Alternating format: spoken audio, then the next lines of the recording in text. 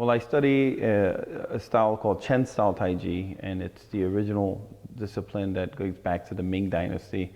Been fortunate enough that my teacher, when he came from China, he exposed this original discipline in New York City, and I've been practicing Taiji since 1991. So that's pretty much how long I've been practicing, and I've been teaching since 1995. Peng actually was introduced to me by one of my students, Twali Woodard, and you know, he seemed very knowledgeable, you know, in his discipline.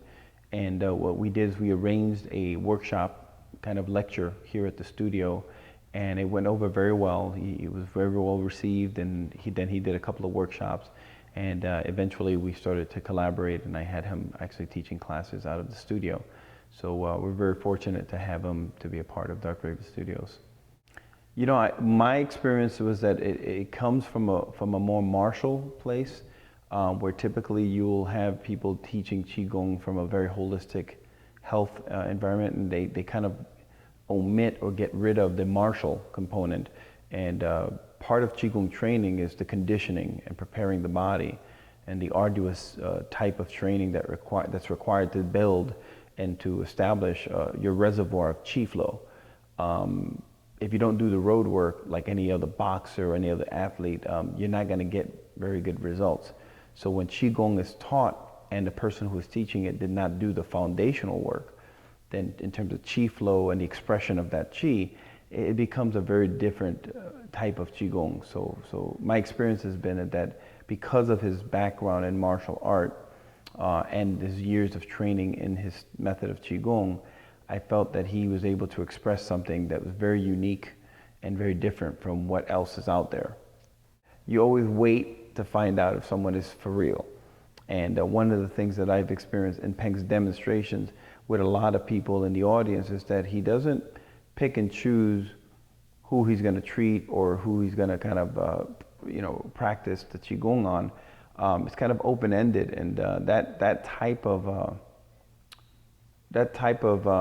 non-reservation lends itself to someone who really does know their discipline and is very confident in their background.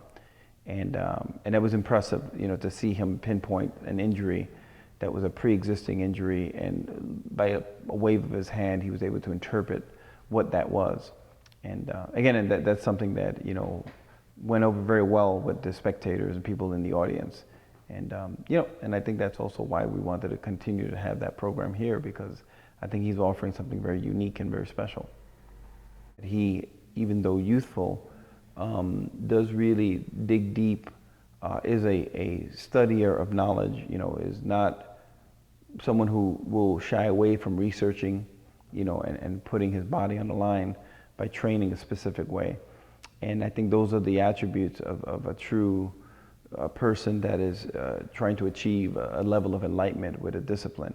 In this case, you know, he's put his time in as a young man, and currently as a man who is currently using this as a tool to help and improve people's lives.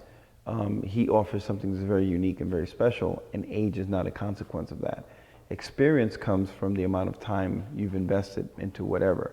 So if I was 12 years old, but I was doing, you know, like every day, 14 hours a day training, my age would have nothing to do with my ability. The ability was developed as a result of the training. And that's the difference between someone who is 100 years old or 90 years old, but no longer trains because they're too old and feeble.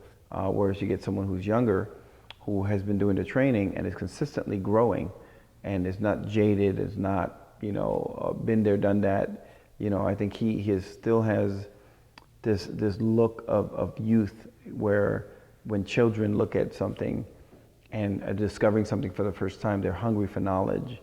They are trying to express themselves. And I think that youthful nature is something that Peng has naturally. But embedded with that is his ability to explain in a very layman's terms, you know, the concept and ideology of what Qigong is and how it's represented by the way he teaches it. And yeah, I think he definitely is an old soul.